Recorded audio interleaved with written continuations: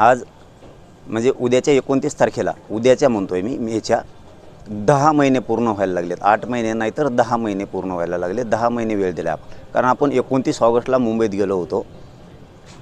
त्याच धर्तीवरती आत्तापर्यंत जवळपास 10 महिने वेळ दिला. याच्यापेक्षा किती वेळ द्यायचा मला एक गोष्ट कळत नाही आहे की जाणून बुजून गोरगरीब मराठ्यांच्याच लेकरांवरती का अन्याय केला जातो. म्हणून मी आता खूप कठोर भूमिकेवरती आलो आहे. मला ते नाविलाज आहे, त्या पद्धतीचा निर्णय घ्यावा लागतो आहे. मला कुणाला दोष द्यायची इच्छा नाही आणि द्यायचा पण नाही, कारण आपल्या लेकराला समाजाला जर मिळतच नसेल तर मग आपण आता कठोर भूमिका घेणं गरजेचं आहे. आपण जे घोषित केलं होतं, कारण मी डायरेक्ट विषयाकडेच येतो आहे. 4 घंटे बोला आणि 2 घंटे बोला, त्याच्यापेक्षा 5 मिनटाच्यात मला प्रेस संपवायचीच. कारण मी त्या सीमारेषेवर आता आलेलो आहे. 30 मेचं जे आपलं आंदोलन, आमरण उपोषण आपण ठरवलं होतं ते फायनल होणार आहे 30 मेला. परंतु त्याच्यात फक्त थोडा जास्तीचा बदल केला आहे आपण. ते आमरण उपोषण आपण फॅनमध्ये, सावलीत, मंडपात बसून आपण ते काय आणखीन सुविधा करून करत होतो ना. समजा सगळे तसंच करतात, मीच नाही तर सगळेच तसं करतात. मला अंतिम टोकाचं आणि कठोर आमरण उपोषण करायचं आहे. रखरखत्या उन्हात मी हे उपोषण बास टाकून करणार आहे. ना कुठलं पाणी, ना कुठलं जेवण, ना पायात चप्पल घालणार आहे, ना काय करणार आहे. माझ्या शरीरात प्रचंड वेदना आहेत. या जीवाला मी तरसायचं तरी किती दिवस. त्यामुळं जे होईल ते होईल. उसनं घाताचा बळी गेला तरी देवेंद्र फडणवीसांमुळं गेला, सरकारमुळं गेला. कितीही जीवाची लाहीलाही झाली तरी हरकत नाही आहे, कारण माझ्या समाजाच्या लेकरांच्याच आयुष्याचा उन्हाळा झाला आहे. तर आपण आपली का कदर करायची. ते उन्हात कुठंही होईल, ते जंगलात होईल, रानात होईल, ते कुठंही होईल, परंतु ते खूप कडक आणि त्या रखरखत्या उन्हात ते आमरण उपोषण होणार आहे. आणि त्या भूमिकेवरती मी आता ठाम आहे. आता शेवटी त्याच्यात किती त्रास होणार आहे, किती जीवाची लाहीलाही होणार आहे, किती कडक ऊन आहे, किती त्रास आहे, किती त्या वेदना होणार आहेत, याचा मी कसलाही विचार करायचं नाही ठरवलेलं. मी आता माझ्या निर्णयावरती फायनल आहे. कारण हे सारखे उपोषणं करूनसुद्धा माझ्या जीवाला इतक्या वेदना आहेत आणि इतका त्रास आहे प्रचंड. एकदा कुठंच ते तुकडा पडू दे, सरकारचा तुकडा पडेल नाही तर माझ्या जीवाचा तरी पडेल. या भूमिकेवरती मी फायनलच आता आलेलो आहे की आपण किती दिवस आता हे असं करत राहायचं. सरकारनं किती दिवस शब्द द्यायचे आणि आपण किती दिवस त्यांना वेळ द्यायचा. हे सलग आता 3 वर्ष झाले हे आंदोलन सुरू आहे. त्यामुळं ही जी मी तुम्हाला त्याच दिवशी सांगितलं होतं की मी कठोर आंदोलनाची भूमिका घेणार आहे. तर हे मे महिन्याच्या या कडक रखरखत्या उन्हात हे आमरण उपोषण होणार आहे. ना कुठल्या पाण्याविना होणार आहे, कुठल्या जेवणाविना, ना पायात काय चप्पल राहणार आहे, ना बूट राहणार आहे, ना काय राहणार आहे. मी बास टाकून एका बाजूला बसून जाणार आहे. ते जे होईल ते होईल, त्याचा विचार मी नाही करा. जर माझ्या शरीराचा मी विचार करायला गेलो तर माझ्या समाजाच्या लेकराचा उन्हाळा करून टाकला आहे या सरकारनं.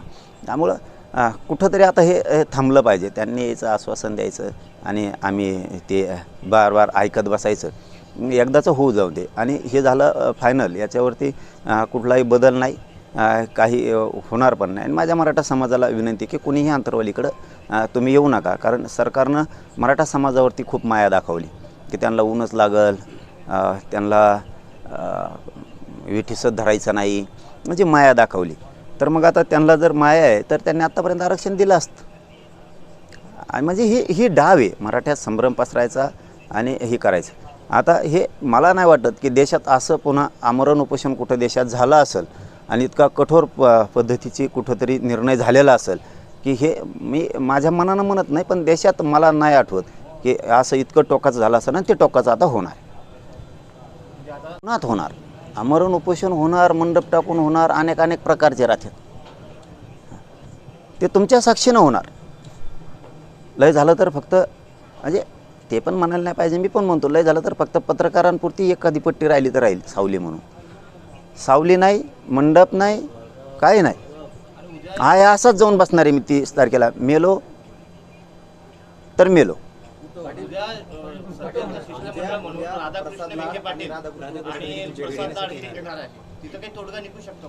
मला नाही माहिती. येणार आहेत नाही.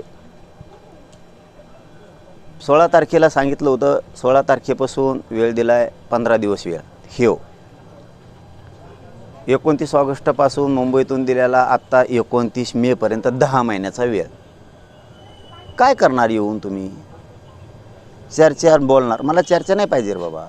58 लाख नोंदी निघाल्या, त्याचे कुणबी प्रमाणपत्र तुम्ही देणार आहेत का? ज्यांना कुणबी प्रमाणपत्र दिले त्यांच्या तुम्ही व्हॅलिडिटी देणार आहेत का? हैदराबाद गॅझेटियरचा तुम्ही JR काढला आहे, ते प्रमाणपत्र देणार आहेत का? त्याच्या व्हॅलिडिटी तुम्ही देणार आहेत का? तुम्ही आरक्षण देताय म्हणजे नेमकं काय करताय? मराठ्यांचे मतं मात्र तुम्हाला लागतील आणि मराठ्यांच्या लेकराला मात्र आरक्षण दिलं जात नाही. ही दुट्टप्पी भूमिका कोणची? तुम्हीच आमच्यावरती हल्ले करायचे आणि तुम्हीच आमच्यावरती 307चे गुन्हे दाखल करायचे. म्हणजे राज्यातले गुन्हेसुद्धा मागं घ्यायचे नाहीत. सामूहिक कट रचून तुमचे पोलिस येणार आणि आमच्यावर हल्ला करणार. त्यांच्यावरती 120 पोलिसांवरती लागून त्यांच्यावरती 307 व्हायला पाहिजे, तर आमच्या क्रॉस घेतल्या जात नव्हत्या. राज्यभर हे खोटे दाखल केलेले गुन्हे. तुम्ही 17 संस्थांचा JR काढू शकत नाही आहे. 1 महिन्याचा वेळ मागितला, 10 महिने झाले.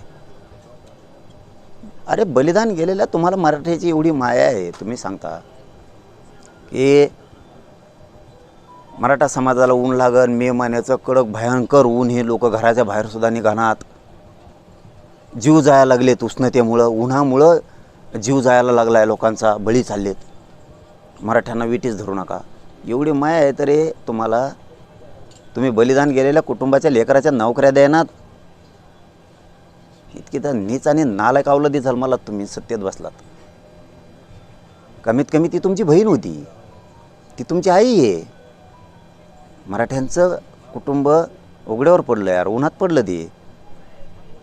तुम्ही तिथं नाही वेळ देत. ही माझी समाजाविषयीची तळतळेन, मी ती समाजावर ते विश्वास कमावला आहे. मी समाज सोडून नाही काय करत, मला नको पण काय. तुम्ही साधे साधे कामं करत नाही आहेत. साधे कामं किती वेळ लागतो मराठा आणि कुणबी मंत्रालय स्थापन करायला, किती वेळ लागतो. OBCंनी नाही मागून मंत्रालय स्थापन केलं, मराठ्यांनी मागून नाही दिलं. मराठा आणि कुणबी एक असून सुद्धा नाही JR काढला जात. एक नवीन माहिती समोर आलेली आहे. तुम्ही आंदोलन केले